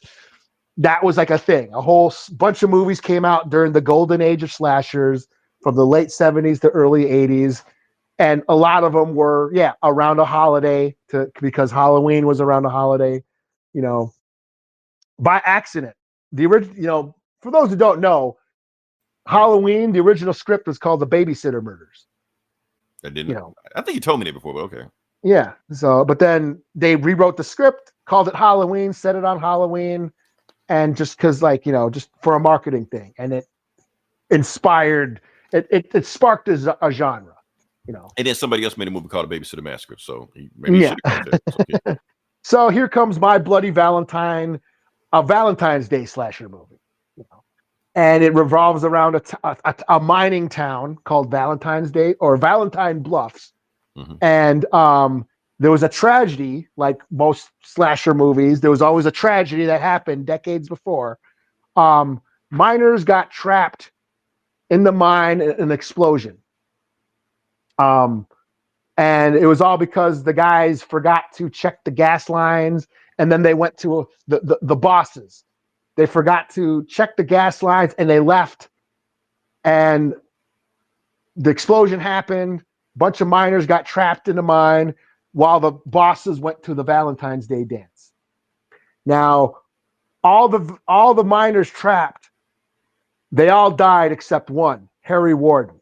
He survived by eating the dead guys, or he may have killed them. We don't know, you know. And then after that, he went crazy, and he spent time in an insane asylum until he went nuts, escaped the insane asylum, and killed those bosses at the Valentine's Day dance. That happened like 20 years ago. So then in the movie, the town, they haven't celebrated Valentine's Day dances for, you know, decades. Then they decided to do it again, and murders start happening again. You know, only it's not Harry Warden, it's a guy copycatting. It's a kind of a whodunit. It's one of the, like a slasher. It's not a supernatural slasher like, you know, Freddy or Jason. There's like a supernatural element. No, there's a lot. This is one of those whodunit where it's kind of a murder, like Scream. Scream was like a whodunit. Who's the killer? Dun, dun, dun, dun. It was, you know, it's this person, you know, and that's what My Bloody Valentine is. Turned out to be Axel, you know, who turned out to be the son of one of the mine bosses, and he witnessed Harry Warden kill his father. So he was kind of fucked up and grew up kind of fucked up. So anyways, that's the movie. And they've been doing comics, and this one is just a one shot. It's Remembrance. It's the town, you know, they're opening up one of those, what do they call it? Those time pods or whatever, where they bury timeshare. Yeah, they bury some shit, and then they put something in a pod, and then they bury it in the ground. Time capsule. Yeah, time capsule, and then they dig it up, you know, and in the 10 years later or whatever, 20 years later. So they do that. It's like the town is celebrating their time capsule. They open up the thing, and one of it is like one of the articles about the Valentine's Day massacre that happened in the town. And the mayor's like, yeah, well, this is a new town, this is a new era, and we're going to start having Valentine's Day dances again. And, you know, everyone at the high school is like, yay! But then there's this one girl is like, no, we can't, you know, because of what happened. This town is cursed, blah, blah, blah, blah. But they decide to start having the, you know, Valentine's Day dance anyways. And then, of course, Harry Warden returns, minor, pickaxe, starts killing people. And then it turns out that it's that chick who said, we shouldn't do this. It was her. She turns out to be the one, you know, doing all the murdering. But, you know, it's full of, you know, kills and gore and all that cool shit. The art is okay, but, you know, as a fan of these movies, I thought it was fine. I'll give it a 3.5 out of 5. Yeah, it was just fan service. And, yeah, we are coming on Valentine's Day where I will probably watch that movie again. So, you know, and I don't mind the remake that much. Yes, the remake kind of sucks and it's kind of trashy, but it's got some brutal kills, and, you know, the kills are cool. Brutal and gory kills. And ain't that why everybody loves Terrifier? So no one gives a shit about the story, you know. Well, gore porn, yeah. Yeah. So yeah, 3.5 out of 5. I thought it was kind of cool. It was, like I said, I read the other one too that they did like last year. So okay, it was the same company. Yeah, and yeah, they're doing like fucking like Three Stooges. They have like Three Stooges comics too. Three Stooges, what, horror comic? I don't know if they're horror. I just seen an ad for a Three Stooges comic. So, okay. But I think they're doing like Yeah, they do Hatchet, Return of the Living Dead, Bloody Silent Night, Deadly Night. Yeah, basically comic books out of old horror movies. And then Three Stooges for some reason. I don't know. And now this. So Okay. yeah, 3.5 out of 5. Okay, so like I said, this is Black History Month. So normally Black History Month, I normally do a old school old school comic, retro comic that has a black superhero doing some black superhero shit. Sometimes it may be just a black comic where a black superhero just shows up and just does shit. Meanwhile, it's about something like Quasar or some shit, But this time, we're talking about Black Panther. Yeah. We're gonna talk about that time Black Panther beat the shit out of P. Diddy. So that happened. It happened. So yes, we're gonna talk about it. Let me see if I can find that comic. We're gonna pull it up real quick. So like I said, this is in Reggie Hudlin's run during the 2000s. Like I said, a lot of stuff went on in that comic. Oh, also he teams up with Luke Cage. I don't know why I didn't lead with that. Him and Luke Cage teams up in this book. So, and we'll talk about I've read a bunch of the Reggie Hudlin shit. I don't remember this. This was like, okay, so you remember the Black Panther cartoon that was pretty much based on the run? This is immediately following that. Okay. Yeah, matter of fact, if they would have kept the comic book going, this probably would have been the next arc in that cartoon. Like I said, for those that don't know, Reggie Hudlin was president of BET Entertainment at the time, like in the 2000s, and they specifically wanted him to make a Black Panther cartoon, which he was writing at the time, but it got canceled. And I don't even think it even aired in America. I think it aired in Australia, but whatever. That's the point. Anyway, teams up with Luke Cage, beat shit out of P. Diddy. Let's talk about it. All right, so and this is part one of a 4-part story called To the Hard Way. So yeah. All right, so where's the book? There's the book. Okay, so the book starts off with actually a flashback. You just see somebody in a cell looking at a picture of Black Panther, and it's the Daily Bugle, and who is looking at it? Carl Lucas. For those who know who Carl Lucas is, that's Luke Cage. Before he became Luke Cage, he was in prison, and that's when you got the warden in there bother him. Rackham, who's in the cartoon. Who's in the original comic also, basically making fun of Luke Cage, basically saying, "Oh, is this your boyfriend you got in the picture right here? Is this why you're not messing with anybody in here? You're already spoken for." And of course, Luke Cage, punches shit out of him. He's just human right now, even though he's like a 7-foot-tall black man. But still, he's human. And he's like, "No, what you're gonna get for this? I'm gonna throw you in the hole." And then the rest of this is just Luke Cage origin story. If you haven't seen it, go watch the Netflix show. It's shockingly accurate. Rackham is even in there. So, but I'm gonna skip all past that. So, point is, now fast forward to present day, or at least present day of this comic. You got Luke Cage, hero for hire, used to work for Fantastic Four. Which said Dr. Doom for $200, also an Avenger, but at the same time, he still has to make the ends meet because Avengers don't pay like it should. So what does he do? He moonlights as a bodyguard for celebrities. And who's the biggest rapper on the planet back in 2004 that lived in Harlem? P. Diddy, also known as Puff Daddy at the time. So yeah, was he Puffy or Puff Daddy or Puffy, Puff Daddy? Kept changing his name. He thought he was name Prince for some reason. Yeah, the artist formerly known as, but yeah. So now he's Puff Daddy's bodyguard. Meanwhile, in the car, he always got these ex-duty cops. He got the people he grew up in the neighborhood, but he doesn't really trust these guys. He needed professional, superpowered bodyguard, make himself look better. And not only does he have, and matter of fact, they even draw him to look exactly like. I'm gonna show you some other pictures of him. And he also has like the biggest movie star on the planet with him. Also, now what movie star is with him? Now at the time, Puffy was dating J-Lo. I don't think that's J-Lo. It kind of looks like a Leah, but I don't want to say it's a Leah because I think she died like a year before. That was wild. Yeah, so I don't know if they were planning with that, but I know they didn't want to make it J-Lo, make it too obvious, So anyway, so Luke Cage is like, okay, everybody back up, get the fuck away from me, and he's in the club, he walks in the club, stuff like that. But the thing is, the eyes aren't on him tonight because nobody's paying attention to Puffy tonight. Why? Because T'Challa is in the same club as him with Tudor Melage. Everybody's got eyes on him. Like, why is he in the club? Why is he in Harlem? And his girl, and that's the thing is, Puffy don't even know who T'Challa is, never heard of him. But his girl knows who he is. And she's like, isn't he one of the richest black men in the world? And Luke Cage just goes, no, he's the richest, period. And Puffy just looks at him like, the fuck you say? Tell me they don't look like Puff Daddy. They drew him. And he stares at him, and Luke Cage's like, oh, okay, I'm gonna shut the fuck up if I lose my job. He like, yeah, take that, take that. Oh, no, anyway, he says, so what the fuck is he doing in my club? Why he taking up all my press? Because they not even snapping pictures. Paparazzi not even paying attention to him tonight. They just all on T'Challa. And she knows why he's here. She's like, I heard why he's in town tonight. And basically why he's in town. So the reason he's in America right now is because in that last arc that Richard Hilton run, a bunch of Deathlocks had like invaded Wakanda. So he's remember that? That was in the cartoon, right? Mhm. So he's in the United Nations to find out who did it, and the United States fesses up. Not only the United States do it, the Secretary of State fesses up who did it and apologizes. And for those who don't know who the Secretary of State was at the time, it was Condoleezza Rice.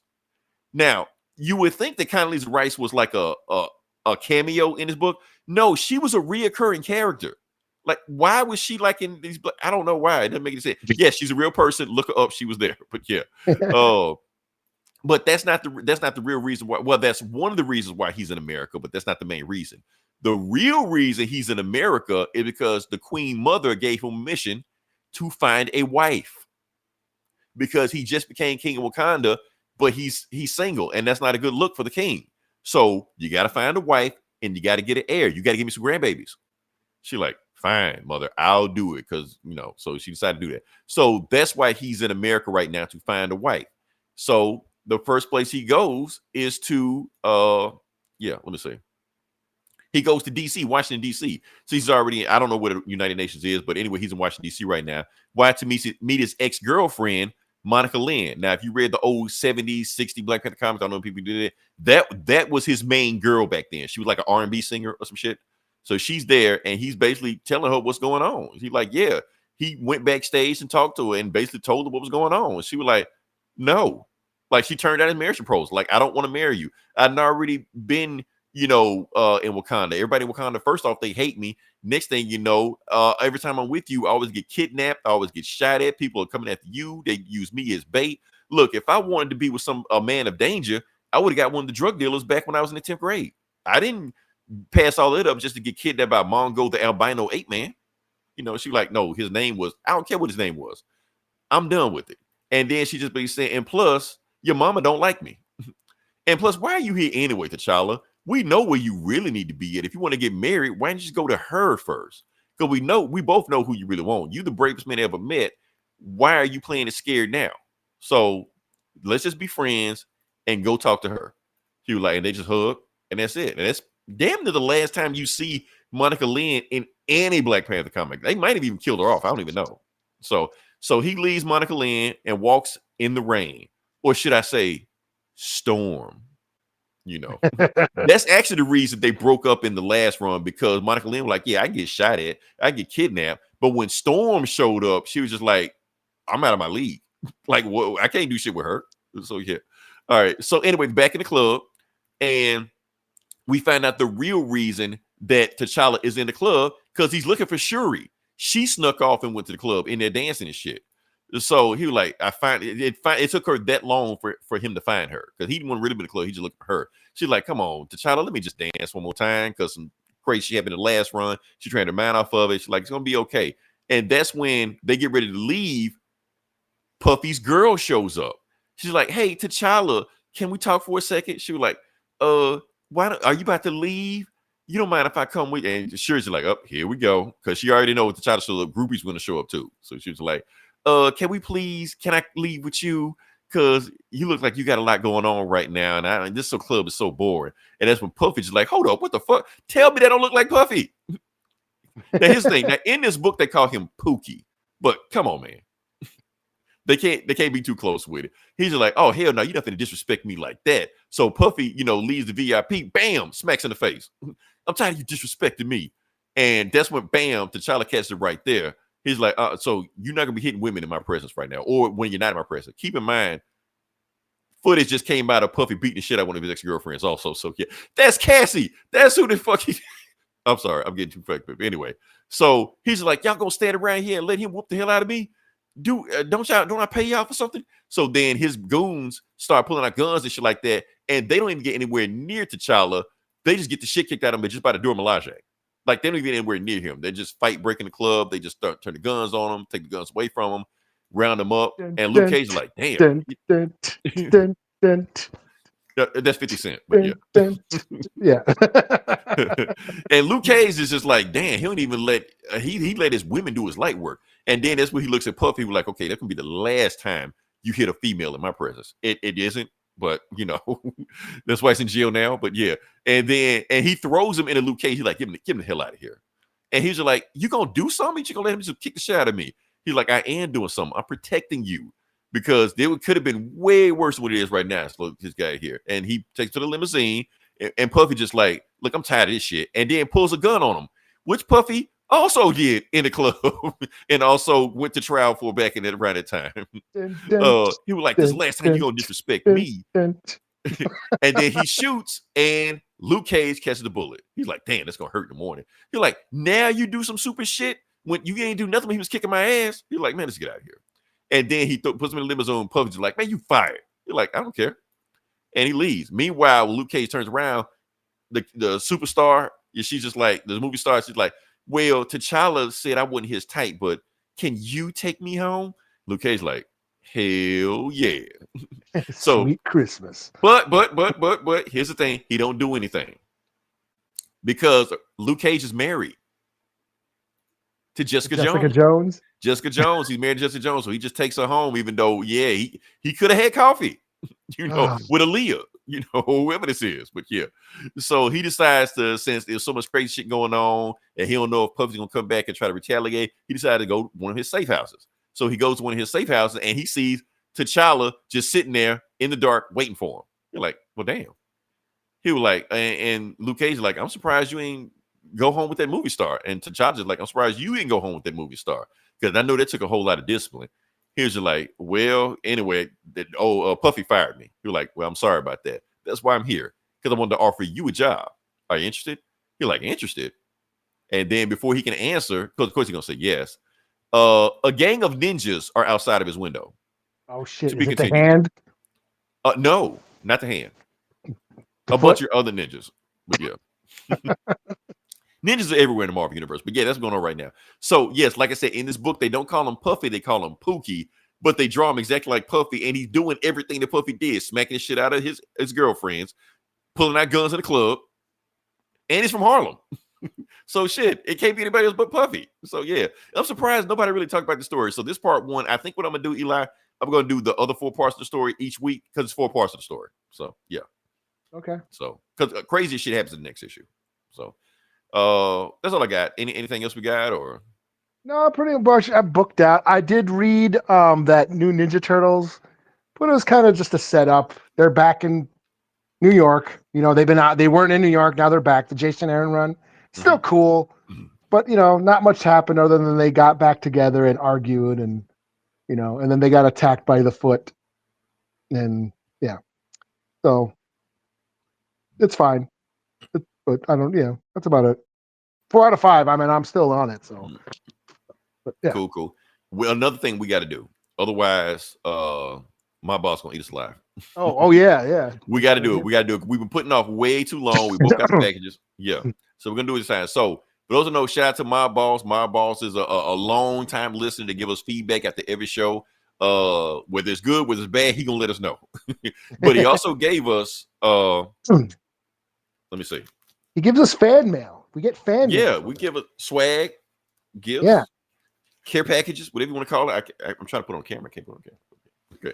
So we're gonna open them up right now. So we got a little time left on it because, like I said, we've been putting off way too long. So we're gonna do it now. I got mine got shipped to my old address, so it got shipped back. So okay. So I'm gonna open right now. I have no idea what's in here. I waited this long to do it. Podcast. Yeah, let me get the scissors here. Okay, come on. Damn it. They take the hell out this box. Hold on. Okay. Maybe I should have at least got the tape off before Yeah. This is a little bit of work. Yeah, that's what I'm saying. These scissors I got, they don't really hold up. I need some new scissors. Well, at least I will after this. Let's see. Come on. Let me see. I guess we're going to race to see who can get the box open first. Yeah, got it. I'm still. Okay. Did you get it? Yeah. Took some work, but it's in there. Okay. Okay. To Leroy. It may be backwards, but yeah. Let's see.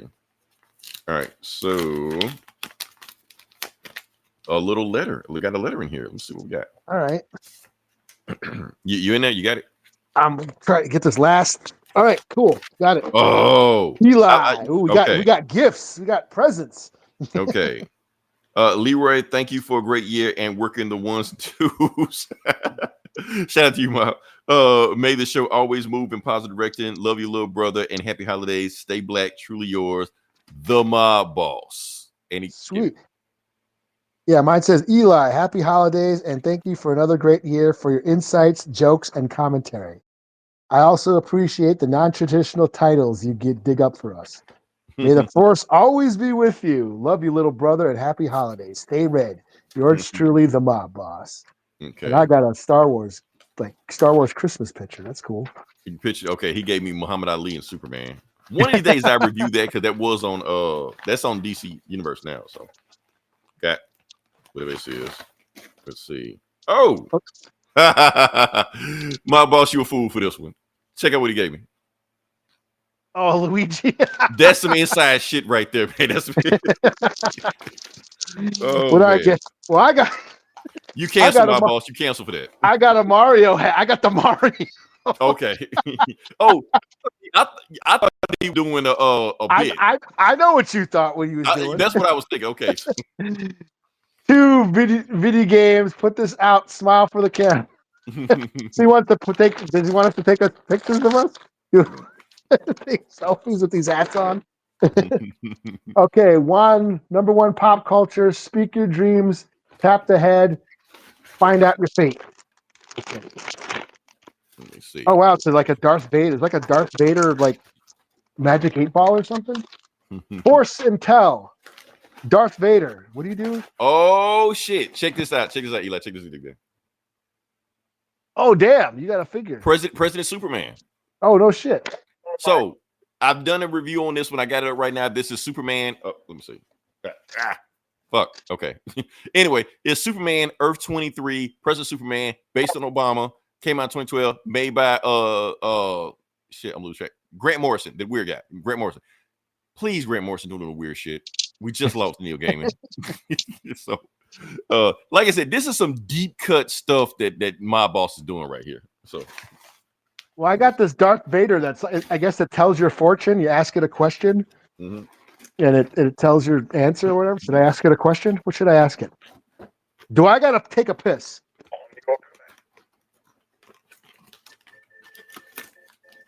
What, Darth Vader is Siri now? You set in motion. I guess that's a yes. Wait, is it this? Is it this? Yeah. Okay, Yep, same that's thing. what I got. Force intelling Vader. Number 3 for the comic book culture. Oh, so these are numbered. We're supposed to be opening them in order. I must have opened the hat, or I don't know. Oh, what do I got? Strange Tales. Oh, sweet! I got a Helverine figure. Okay, Weapon so he gave Vengeance. you Helverine, gave you President Superman. Okay, yeah. I got Weapon of Vengeance. That's fucking dope. I didn't know a Helverine thing existed. That's pretty dope, though. That's fucking dope. I wish I could turn on the camera to show you. I'll take a picture and I'll post it. How about that? This is dope, and it's a black. You can build Blackheart. A build-a-figure. Blackheart, like son or daughter of Mephisto, whatever. Yeah. Yeah. Okay. From the old Spirits of Vengeance shit. Oh yeah, That's pretty dope, though. Marvel's Capcom, for those who don't know. Yeah. And so my boss. Some more shout candy. Out to you. Yeah, yep, some candy. Oh, listen. That was his ass. Beep. Yep. For Little Miss Eli. Is this for my kid? Did he get my daughter a present? Is the candy it says for Little Miss Eli? It's a Barbie. A Native American Barbie. Oh, that's fucking dope. You know what? I didn't know they made those. Okay. That's pretty cool.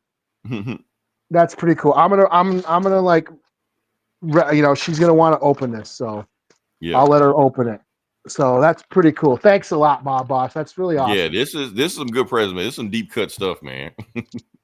Yeah. So that's the thing. So my boss picking out stuff that we review, like that you got like really listen to stuff we doing. So that, yeah, we really appreciate that. So yeah, and appreciate everybody that's checking us out tonight. I know we have some new people showing up. I know some people gonna check it out that listened to it before. So yeah, we just appreciate the love. Trying to see what number are we at right now. I'm gonna look at the. You know what's I know this sad? podcast- I got this Mario hat on. I probably look like fucking Mario. or Ron Jeremy. Yeah, as Mario. Oh, shit. Too bad I'm not packing like him though. We don't need to do a comparison on here. We're not trying to get canceled. Anyway, I think we're at 400 right now, so that's pretty good. Not bad. Yeah. So appreciate everybody checking out. We're gonna come back next week with something else. Hopefully, nothing crazy happens, and hopefully, we don't have like show topic at the top. But we managed to get through everything, so that's a good thing. Yeah. And we kept it in 2 hours. That's a cool thing, also. So yeah. So and like I said, if you listen this long, if you like, share, subscribe, if you listen longer than 30 seconds, you help the algorithm. That's all that matters, the algorithm. Because like I said, we got that side over there saying crazy shit. Give us some balance, man. Perfectly balanced. Let the world needs balance. So Yeah. we're just trying to tip the scales. That's all. So until this is Leroy. This is Eli. We talk to you guys next week. Same bullet time, same bullet channel. Until then, die 1,000 deaths.